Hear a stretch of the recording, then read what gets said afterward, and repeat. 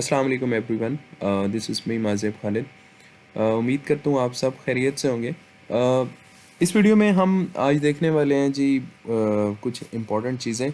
तो उससे पहले मैं आप लोगों को ये बताता चलूँ कि काफ़ी सारे लोग मुझसे पूछ रहे होते हैं कि जी हमें स्कॉलरशिप की जो है वो गाइडेंस चाहिए। तो आप देख सकते हैं यहाँ पर जो प्लेलिस्ट है वो यहाँ पर अवेलेबल है। आप यहाँ से एक्सेस कर सकते हैं और ये काफ़ी सारी चीज़ें मैंने यहाँ पे अपलोड की हैं। आप यहाँ से सीएससी स्कॉलरशिप और जो डिफरेंट स्कॉलरशिप्स हैं उनकी भी डिटेल सारी इन्फॉर्मेशन ले सकते हैं। सारी चीज़ें मैंने यहाँ पे जो है वो स्टेप बाय स्टेप बताया है कि डॉक्यूमेंट्स कौन से चाहिए, प्रोफेसर्स की ईमेल्स कैसे आपने फाइंड आउट करनी है और डॉक्यूमेंट्स आपने किस तरह बनवाने हैं, टाइप ए टाइप बी में क्या फ़र्क होता है, स्टडी प्लान, रिसर्च प्रपोजल, ये सारी चीज़ें भी मैंने यहाँ पे बताई हैं। तो अगर आप में से कोई ऐसा स्टूडेंट है जिसको बिल्कुल कोई भी नहीं पता, तो वो इन सारी चीज़ों को देख के उसको इन्फॉर्मेशन मिल सकती है। बाकी उसके बाद हमने यहाँ पे चाइना की जो अदर स्कॉलरशिप्स हैं उनको भी देखा है और एससीएस स्कॉलरशिप के हवाले से, आंसर स्कॉलरशिप, यूनिवर्सिटी की जो स्कॉलरशिप्स होती हैं, तो ये सारी चीज़ें हमने यहाँ पे डिस्कस की हैं। तो आप इन सारी चीज़ों को एक्सेस कर सकते हैं। बाकी चलते हैं आज की वीडियो के टॉपिक पे। जी तो आज मैं आपको बताने वाला हूँ कुछ चंद ऐसे पॉइंट्स जिसमें स्टूडेंट्स को जो है वो क्लैरिटी नहीं होती और काफ़ी सारे स्टूडेंट्स मुझसे पूछ रहे होते हैं कि जी स्कॉलरशिप में जो है वो हमें क्या मिलेगा, क्या नहीं मिलेगा। उसके बाद बहुत सारी कन्फ्यूजन्स होती हैं, तो मैंने सोचा कि कुछ ऐसे पॉइंट्स जो मुझसे फ्रीक्वेंटली स्टूडेंट्स पूछते हैं उनको इस वीडियो में ही एक्सप्लेन किया जाए। तो यहाँ पे सबसे पहले मैं आपको बताऊं कि कुछ स्टूडेंट समझते हैं कि जी जो सीएससी स्कॉलरशिप है इसमें जो है वो एयर फेयर टिकट भी होता है। तो एज सच कोई नहीं होता, कोई एयर फेयर टिकट नहीं होता। आपने जो है चाइना आने के लिए जितने भी एक्सपेंडिचर्स होते हैं वो खुद ही बेयर करने होते हैं। यानी कि टिकट वगैरह हो गए और जो वीज़ा होता है उसकी जो फ़ी होती है वो आपने पे करनी होती है। बाकी जितने भी यूनिवर्सिटी के मामलात हैं वो सारे आपके फ्री होते हैं। इसमें यह है कि जो आंसर स्कॉलरशिप है उसमें आपको एयर फेयर टिकट दिया जाता है। बाकी जो सीएससी है और जो बाकी स्कॉलरशिप्स हैं उसमें ऑफ़र नहीं किया जाता। दूसरा पॉइंट ये है कि CSC portal always remain open during a year. अब बहुत सारे स्टूडेंट्स को कन्फ्यूजन होती है कि जी हमें तो सीएससी की जो है वो डेडलाइन ख़त्म हो गई है। नहीं, ऐसा नहीं होता। सीएससी का पोर्टल तो सारा साल काम करता है, ओपन ही होता है। आपने जो है वो यूनिवर्सिटी की जो है डेडलाइन को फॉलो अप करना होता है। यहाँ पे मैंने लिखा है deadlines are decided by university to apply. आपने सिर्फ यूनिवर्सिटी की डेडलाइन को देखना है और हर यूनिवर्सिटी की अपनी डेडलाइन होती है। कोई स्कॉलरशिप यूनिवर्सिटी की जो डेडलाइन होती है वो फ़ेब में ख़त्म हो गई हैं, कोई मार्च में ख़त्म होंगी, कुछ अप्रैल में ख़त्म होंगी, कुछ जनवरी में ख़त्म हो चुकी हैं। तो ये सीएसई पोर्टल पे डिपेंड नहीं करता। ये जो डेडलाइंस होते हैं ये यूनिवर्सिटी खुद डिसाइड करती है और स्कॉलरशिप की जो है वो एप्लीकेशंस उस डेट तक रिसीव करती है। तो इस चीज़ का बहुत सारे स्टूडेंट्स को ख्याल नहीं होता और इस वजह से वो अपनी डेडलाइन मिस कर बैठते हैं। तो आप लोगों ने इसको भी माइंड में रखना है।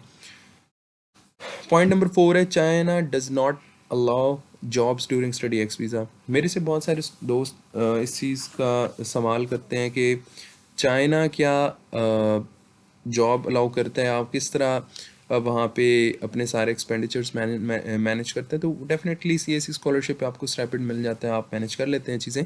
बट हमें स्टूडेंट वीज़ा पे अलाउ नहीं करता चाइना कि आप उस पर जॉब कर सकें। जॉब के लिए एक सेपरेट आपको वीज़ा चाहिए होता है, जेड वीज़ा। नेक्स्ट वीडियो में मैं शायद बताऊँ आपको कि कितने वीज़ा जो है वो चाइना ऑफ़र करता है। दैन आपको बहुत सारी चीज़ें उसके हवाले से भी मालूमात मिलेगी। जो एक्स वीज़ा होता है वो स्टूडेंट वीज़ा होता है और उसमें आप जॉब नहीं कर सकते। आप किसी किस्म की आपको जो है वो इजाज़त नहीं होती और अगर इन केस आप पकड़े जाते हैं, आप जॉब कर रहे होते हैं या कोई भी ऐसी एक्टिविटीज़, तो फ़ौरन ही आपको डिपोर्ट कर दिया जाता है क्योंकि ये बहुत स्ट्रिक्टली जो है रूल्स फॉलो अप करते हैं। तो इस चीज़ का आपने ख्याल रखना है कि इन चीज़ों को आपने बहुत ही केयरफुली जो है हैंडल करना है।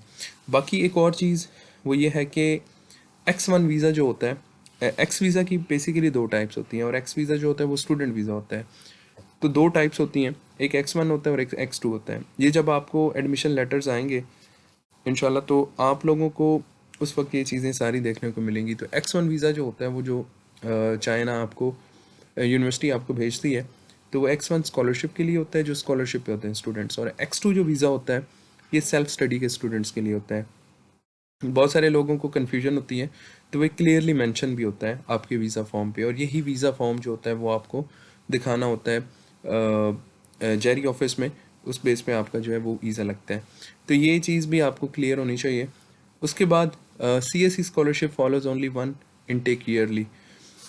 बहुत सारे स्टूडेंट्स के माइंड में ये भी होता है, और मुझसे कई दफ़ा ये सवाल पूछा जाता है कि भाई हम मार्च में अप्लाई कर सकते हैं, हम मार्च इनटेक में अप्लाई कर सकते हैं। नहीं, CSE स्कॉलरशिप जो होती है वो एक ही इनटेक होता है इनका, और वो होता है नवंबर से मार्च तक, और मार्च तक एप्लीकेशंस रिसीव की जाती हैं, फिर 4 महीने लगते हैं आपकी स्कॉलरशिप की प्रोसेसिंग में।